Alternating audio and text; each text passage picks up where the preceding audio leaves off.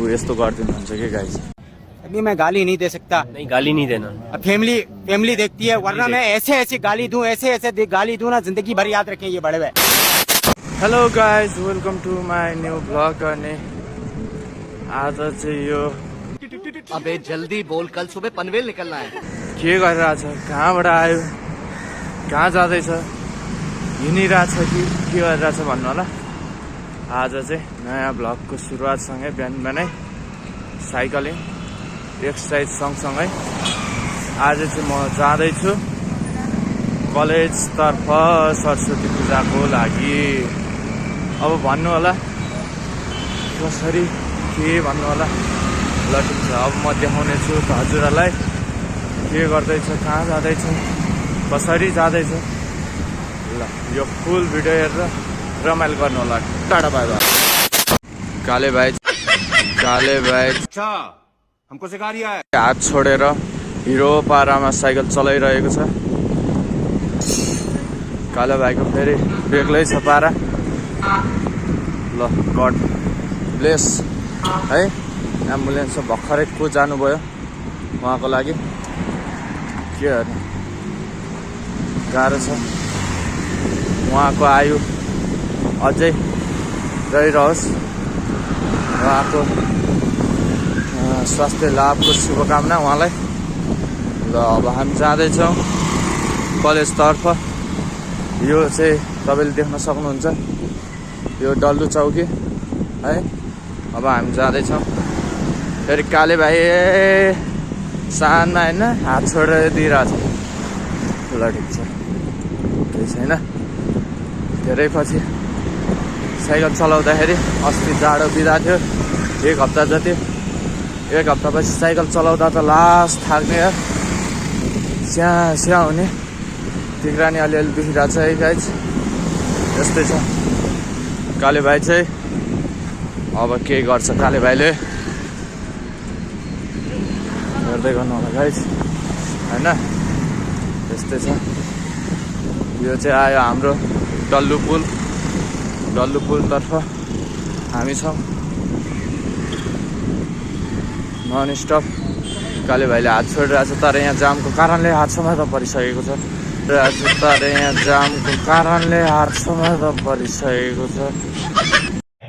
अच्छा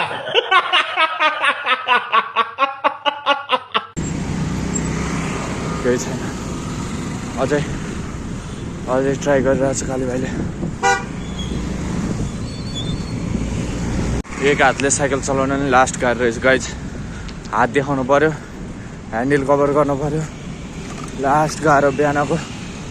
बिहानको अवस्था त यस्तो छ किनकि अहिले अफिस टाइम सुरु भइसकेको छ। त्यही माथि गाडीहरू धेरै हिँडिसकेको छ। अनि काले भाइले बाटो क्रस गर्दाखेरि हात समाउनु पर्ने स्थिति आइसकेको छ गाइज। अब काले भाइले नन स्टप हान्ने छ कलेजसम्म। हेर्दै जानु होला।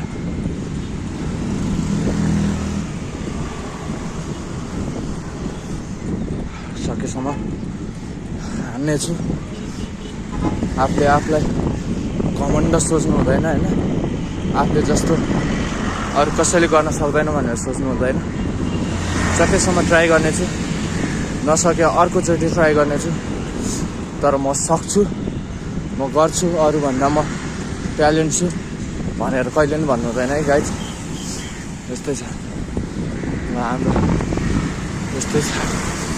काले भाइले नन स्टप हान्छ भन्ने आशले हेरिरहनु भयो होला।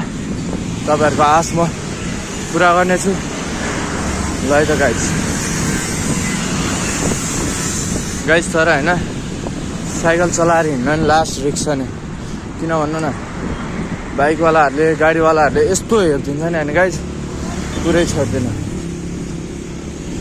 अस्ति नै म होइन गाइज आफ्नै साइडमा आफ्नै पारामा हिँडिरहेको, पछाडिबाट एउटाले बाइक ओभरटेक गरेर मेरो अगाडि हालिदियो होइन। फेरि मेरो अगाडि आइसकेपछि त उसको स्पिडमा जानु पऱ्यो नि त ऊ होइन। स्लो गरिदिएर म आफ्नो स्पिडमा गइरहेको हुन्छ नि त। अनि ऊ र मेरो ठोक्यो क्या, उसको बाइक र मेरो बाइक होइन, मेरो साइकल भनौँ न होइन। हेर्न मेरो साइकल भगाउन होइन त्यसपछि त केटा त भागतिर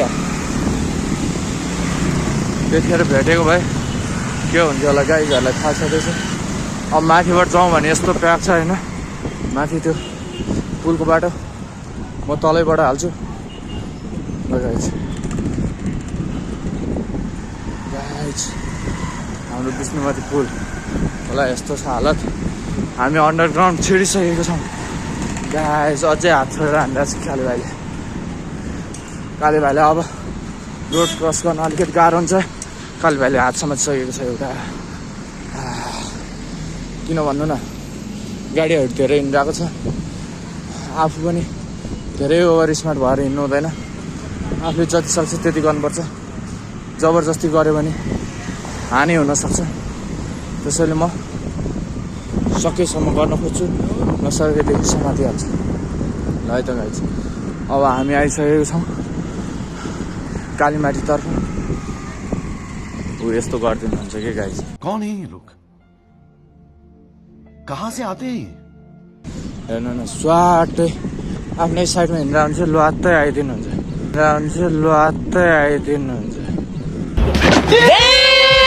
अनि त्यस्तो हुँदाखेरि हामीले ब्रेक हान्न भ्याएन भने जुझ्ने एक्सिडेन्ट हुने कसको कारण यस्तै हो त्यसरी किन हात दिनु पऱ्यो म कटिसकेपछि बिस्तारै साइड लगाए त भइगयो त होइन गाइज ल है गाइज म चाहिँ कालीमाटी टेकु पुल आइसकेको छ टेकु पुलको यो घुम्ती छ जुन यही घुम्तीको कर्नरमा मेरो कलेज छ है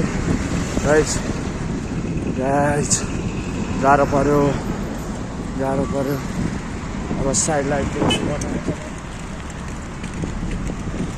लाइट भनेकै मेरो हात हो गाइज